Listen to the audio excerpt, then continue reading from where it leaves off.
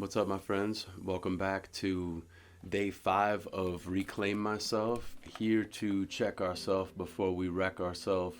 Here to check in with ourselves before we do things that are self-destructive, right? So we have been talking about our primary purpose, how to set our primary purpose in front of us, how to move into it, how to take actions towards it. And yesterday, some things that we can do, taking some steps and some actions towards doing what's good for and contributes to our physical and our mental health. Today we're going to get into what detracts from or threatens and weakens our physical and mental health, what increases our feeling of threat, what increases our feeling of trigger, what gets us out of balance, what throws us off. It's important to identify the patterns that throw us off, because otherwise we're going to continue to unconsciously relive these same patterns until we awaken to the fact of what our patterns are and how we got to those patterns. We're not going to be able to overcome those patterns, to transmute them and transcend them like we've been talking about. So what is it for you today that's threatening your growth? What's standing in the way of your growth? What's threatening your physical and mental health? Are there things that you're doing today that are threatening your physical and mental health?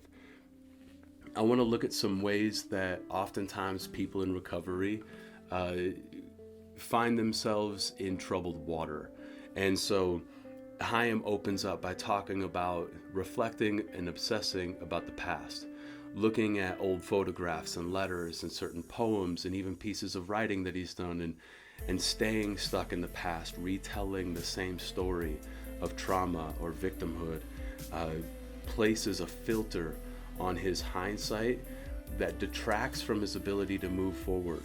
And so music can teleport him into a bad place, or reading something, or watching a movie that can bring him into a place of fear. There was a part of him that was prone to these extremes, and addiction is oftentimes characterized by extremes. Mental health concerns such as bipolar are characterized by extremes.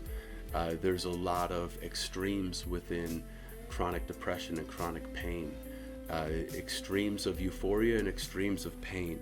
And so Chaim was prone to excess. He did drugs in excess. He ate in excess. What are ways that you live in excess? Are there things that you do excessively? I know for myself, I've talked about diet. That's one way that I obsess. The second way, I become stuck in my mind. And Chaim talks about overstimulation of the mind, the way that the mind can become so busy with so many different things. In this world, our attention is drawn in a myriad of different ways. If you pick up your phone right now and you open it up, you're going to probably have the same thing that I have here, and you're going to have a whole bunch of open windows that one by one we can see closing. And all of these are different programs that I'm using, and within each of those programs, communicating with different people. And our technology can certainly overstimulate our mind. In our desire to connect, we can be too connected, and we can actually become disconnected to ourselves. This overstimulation of the mind is kind of a proverbial prison of sort. When the mind becomes so obsessively busy, it can become stuck in these patterns of repeating subconscious patterns, doing addictive behavior. Telephones and technology can be very addictive. This can be something that you are in recovery from, and it can exemplify itself in ways that we look for validation on things like social media. At the times that we get stuck in our minds, one of the things that we can do that we've talked about before is become mindful, become present with what's on your mind. Using the analogy that we just used with the phone, if you would imagine for a second your focus being like that. And so as you think about what it is that you're focusing on right now, and you close that window, it's likely that another window will appear. And as you close that window, another one and another one and another one, as you learn to try to still your mind. And what you find at first is how much stuff is on your mind, how much stuff is clouding your mind. And you become mindful of those things. In the process, you become uncomfortable. There's so many times when you're sitting in meditation, you just want to get up and go away. Sitting there and being with those feelings, uncomfortable feelings in particular, and doing nothing with them. For instance, when I feel anger, when I start to feel like everything in my mind is too much, I oftentimes get angry. I get frustrated with myself first and foremost, but I oftentimes project this off onto others as if they're making me angry, rather than taking responsibility and saying, I feel angry. And in those times when I feel angry, rather than acting out of anger and projecting that out, I've learned to sit with that anger and do nothing, or sit with that anger and go for a walk. But to be with that anger and to listen to that anger and to know where the sadness is coming from beneath that. Because most of the time when I listen to my anger, I'm really not angry, I'm sad. And allowing myself to feel the primary feelings allows me to resolve the secondary feelings.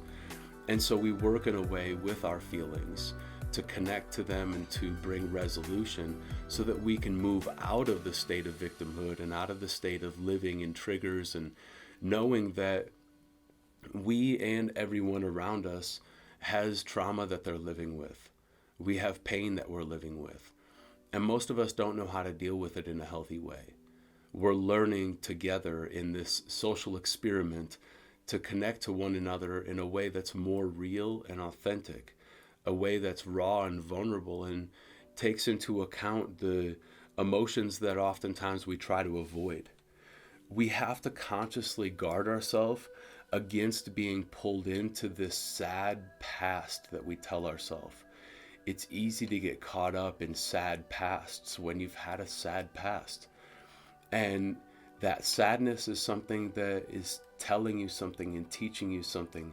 But the only way to engage in the purpose behind that is to find actions that you can take today, to do something today, to take steps towards healing and creating more resolution within yourself and others. Procrastination is something that can stand in our way. I'll recover, but I'll recover tomorrow. I'll quit that, but I'll quit that tomorrow.